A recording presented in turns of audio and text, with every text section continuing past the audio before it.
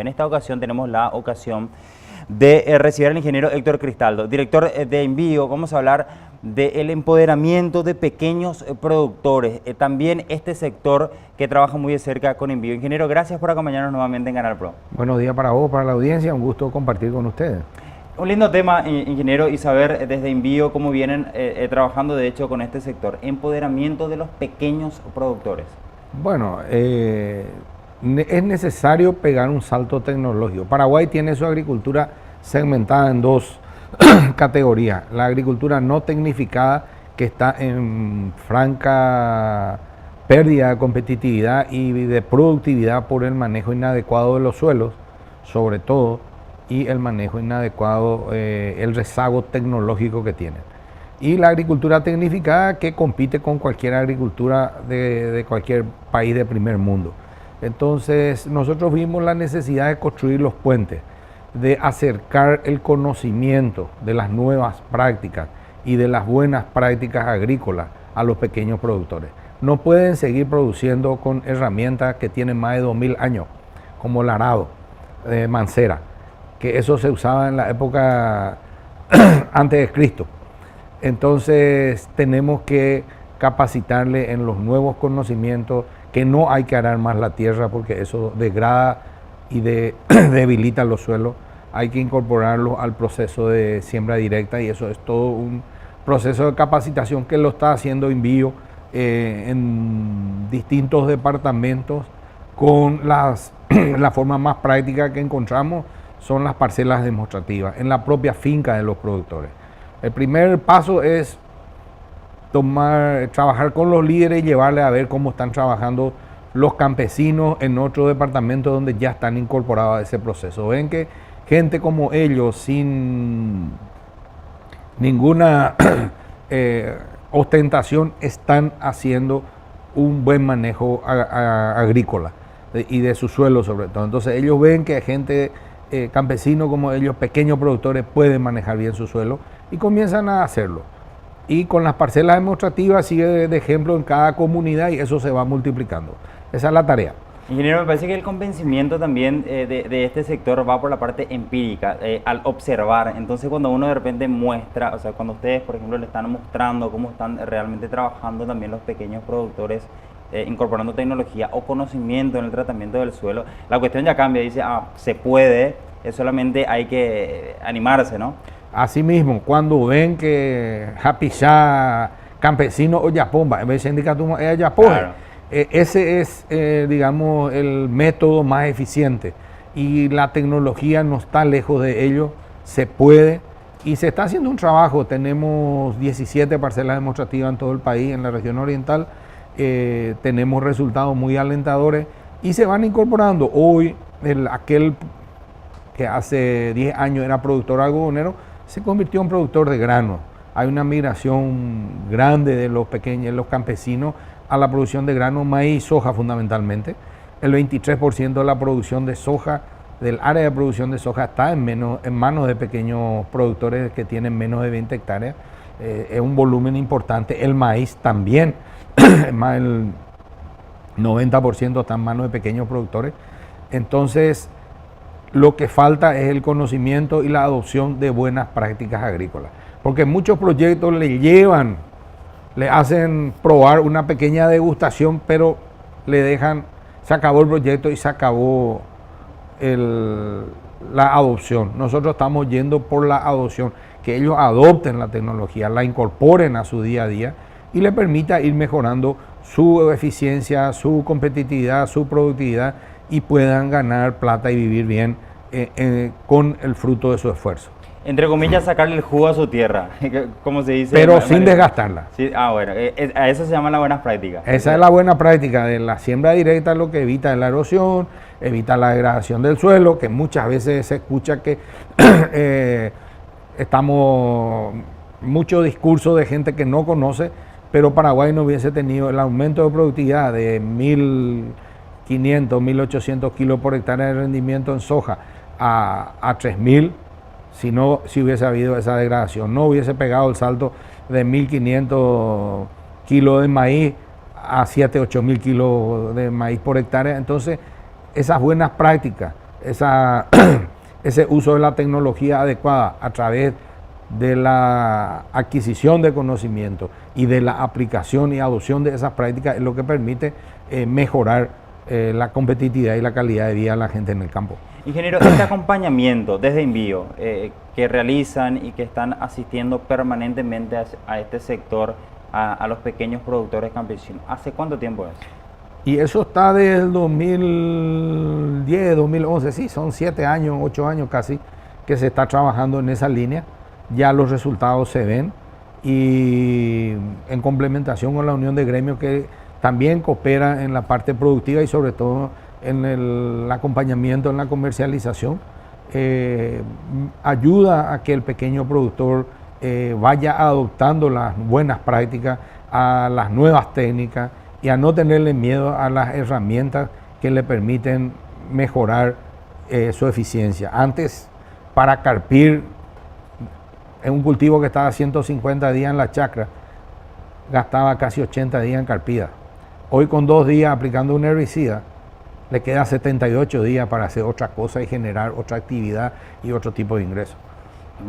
Sí, no, totalmente. Desde cualquier punto de vista, eso se debería de aprovechar y sacar mayor ventaja, por supuesto. ¿Hay un equipo técnico especializado que se dedica a esta asistencia? Sí, ingeniero? tenemos un equipo de una media docena de técnicos que son especialistas en las buenas prácticas agrícolas, manejo integrado de plagas, sobre todo el manejo del suelo, donde ponemos el énfasis, porque el mayor capital que tiene el campesino o el productor agrícola es su suelo y no podemos dejar que se degrade el suelo. Si se degrada el suelo, todo se cae. Entonces, lo primero es la recuperación del suelo y la mejora de la productividad de esos suelos. Y tenemos especialistas en eso, estamos también trabajando articuladamente con los extensionistas en algunos distritos de ciertos departamentos, y en ese complemento y esa alianza de todos los actores, el que termina ganando es el pequeño productor, el campesino, que va aprendiendo y asimilando y aplicando esas tecnologías. Ingeniero, hay un grupo ideológico, un sector, por llamarlo de alguna manera, que cuestiona o al menos le llama la atención las nuevas prácticas en materia de cultivo de soja. Desde Envío están promoviendo, como usted estaba mencionando anteriormente, las buenas prácticas, sacarle el jugo al suelo, a la producción en sí, y que efectivamente se vean beneficiados tanto el medio ambiente como el productor en los trabajos. ¿Cuál es su posición en relación a este sector que cuestiona directamente las prácticas que se utilizan en el cultivo de soja especialmente? Bueno, primero me gustaría conocer, aparte de los eslogans, cuáles son los estudios que sustentan esas afirmaciones. Por ahí tenemos que ir. Vamos a ser serios en una discusión y la realidad es otra. La realidad muestra otra cosa.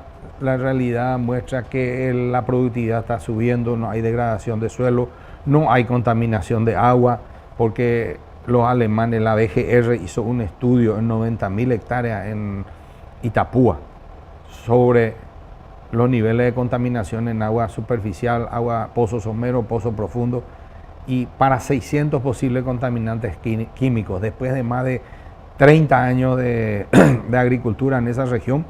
En la cuenca del Capivari no encontraron nada. Lo único que encontraron es Escherichia coli en los alrededores de la ciudad por la falta de sistema de saneamiento de agua, de desechos de las casas, ¿no? Los pozos ciegos no están funcionando bien y filtran a los arroyos o a las aguas de pozo. Pero fuera de eso no se encontró nada. El tema de deforestación que hablan. Y es muy sencillo. La ley que estaba vigente del año 63 hasta el año 2002, 39 años estuvo vigente en Paraguay una ley que obligaba a echar el monte, porque si no, tener tierra con monte era tener tierra, especular con la tierra, era obligado o era a echar el monte o era expropiado. Entonces, si 39 años tuvo esa ley que obligaba a echar el monte, ese fue el motor de la deforestación, no fue la soja. Se habían echado más de 4,5 millones de hectáreas de monte ya para el 90, 91, y no había 500.000 hectáreas de soja. Entonces, estamos trabajando con mentiras o con datos falsos o con desconocimiento en el mejor de los casos, pero no hay una información que ponga en contexto del proceso que se vivió en Paraguay. Y en el 2004 ya, en el 2012 cambia la ley, en el 2004 sale la ley de forestación cero en la región oriental y prácticamente de 200.000 hectáreas de bosque que se tumbaban al año, eso bajó a 10.000, que es más o menos el consumo de leña y carbón que existe todavía y no se está pudiendo racionalizar o sustituir en el campo ese consumo. Ya. ¿Qué es lo que más piden los productores, ingeniero, a la hora de acompañar de este seguimiento que hacen desde envío? Nosotros lo que queremos es tranquilidad para trabajar. Somos gente de trabajo, somos gente de paz. No queremos la confrontación, no vamos a entrar en el juego de los violentos. No creemos que la violencia sea la solución a los problemas que tiene el país. La solución es sentarse entre todos y analizar cómo superar las dificultades que tenemos como país, pero con datos técnicos, con datos serios y no con eslogan y descalificaciones que no construyen.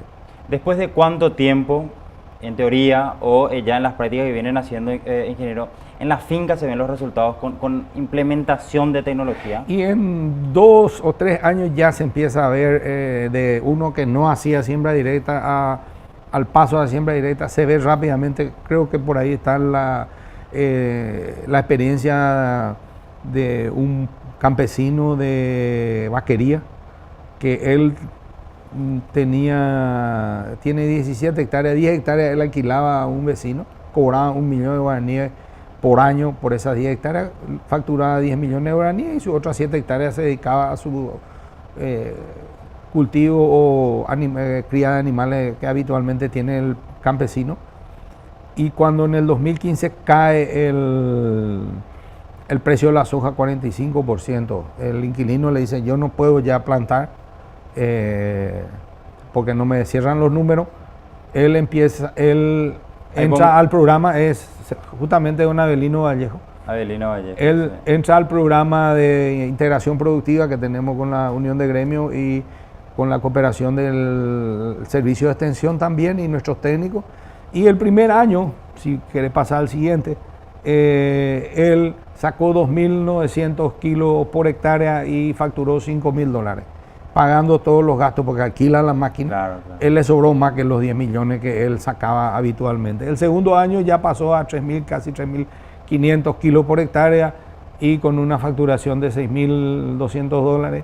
Y el tercer año ya pasó casi a 4.000 kilos por hectárea, 3.900 y algo. Entonces se ve el incremento de productividad, se ve el impacto del manejo correcto y las buenas prácticas agrícolas rápidamente. Paraguay tiene esa ventaja, tenemos las condiciones para producir todo el año, tenemos posibilidad de producir 5 cosechas en 2 años, pero en esta rotación tiene que entrar el abono verde, tiene que entrar el maíz, tiene que entrar la soja, entra en un ciclo productivo donde la tierra no queda sin trabajar todo el año.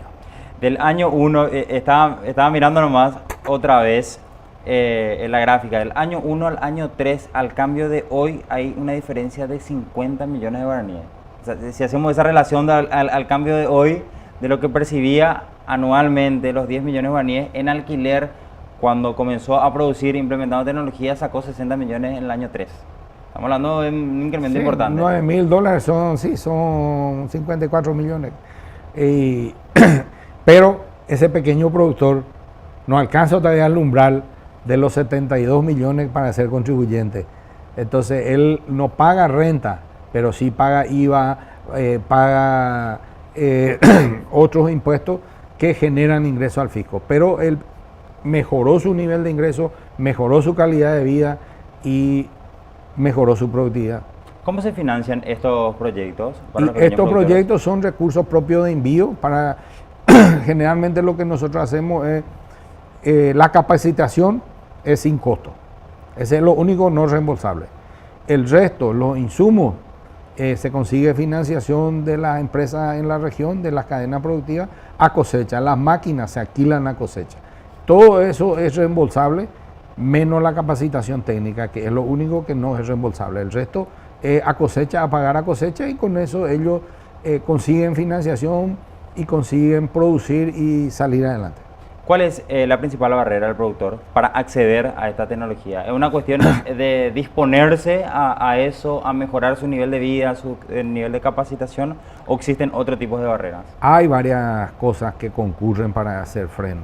Desde su propio temor por el desconocimiento a encarar una actividad de este tipo, al bombardeo constante de muchas entidades públicas que estando allá, porque hay entidades de la visión binacional de gobernación o intendencia que en algunos sectores con muy buena intención todavía, pero promueven el famoso vamos a arar la tierra. Y eso es comerse la cola y degradar el suelo.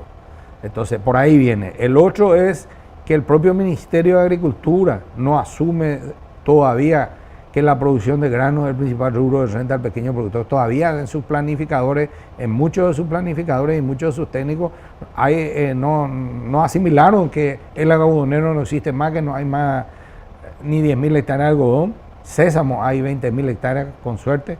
Y el resto se volcó a la producción de granos.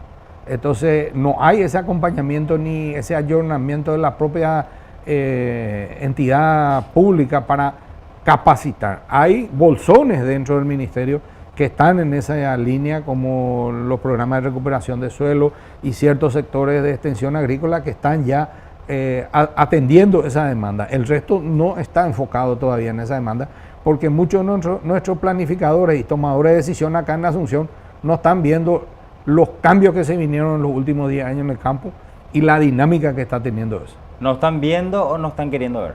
Yo creo que no están viendo. Y hay gente también que no quiere ver y que tiene un discurso malintencionado de calificar ese proceso porque van a perder clientela.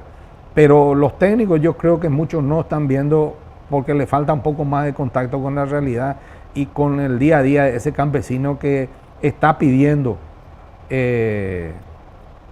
con mucha vehemencia el poder producir bien y trabajar bien y ganar dinero en su actividad. ¿Cuánto puede ser beneficiado para el pequeño productor, mirando siempre desde Invío, que desde el Ministerio de Agricultura también nazcan iniciativas como, por ejemplo, mostrar que realmente la prioridad para el pequeño productor está en los granos? Y bueno, si vos te equivocás el diagnóstico y vas a errar el remedio y no vas a curar la enfermedad, eso es lo que está pasando con nuestros planificadores. Nosotros mismos estamos acompañando ahora un proyecto de Itaipú, NOPS, que ganó un premio, tiene 4 años de trabajo, comenzó con 100% de siembra convencional con rastreada, ahora hay ya una migración de 50 y 50 a siembra directa y 50 todavía de convencional en un proceso de migración.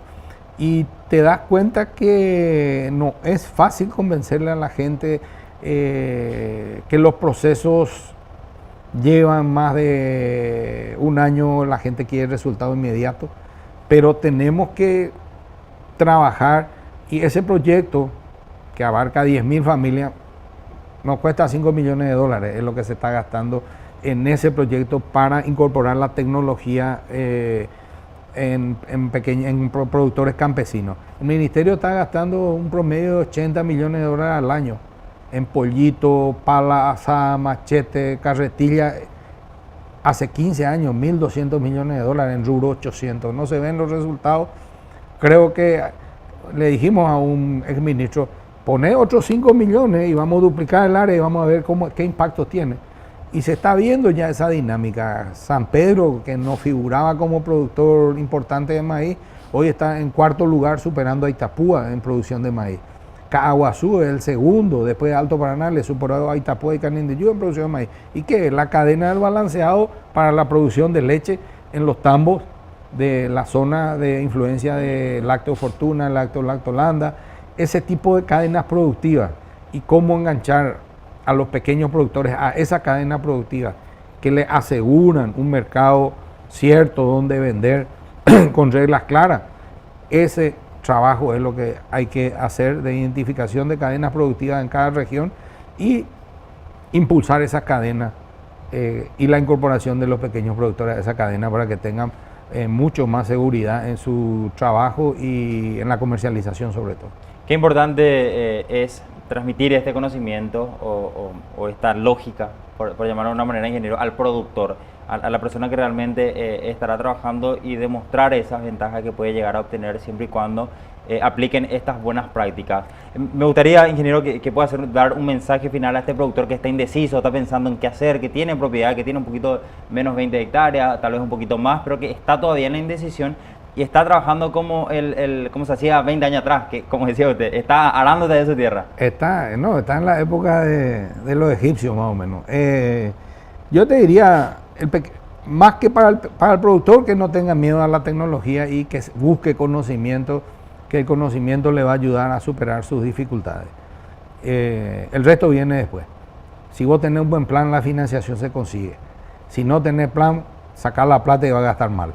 Y sobre todo mi mensaje es para los tomadores de decisiones y los planificadores acá en Asunción, que miren la realidad del campo y que hagamos un esfuerzo compartido entre todos. Va a ser mucho más eficiente y mucho más rápido el proceso de incorporación de los pequeños productores a las cadenas productivas, la adopción de tecnología, la adopción de buenas prácticas, la mejora de la competitividad y la mejora de la calidad de vida de la gente en el campo. ¿Cuántos Abelinos Vallejo vamos a tener contentos después entonces si se hace? Ojalá si hacemos entre todos, porque lo que nosotros hacemos es una gota en el medio del mar. Si se sumara al esfuerzo oficial, y tal vez ayudaría a acelerar ese proceso. Bueno, ingeniero, gracias por acompañarnos esta mañana. Gracias a ustedes.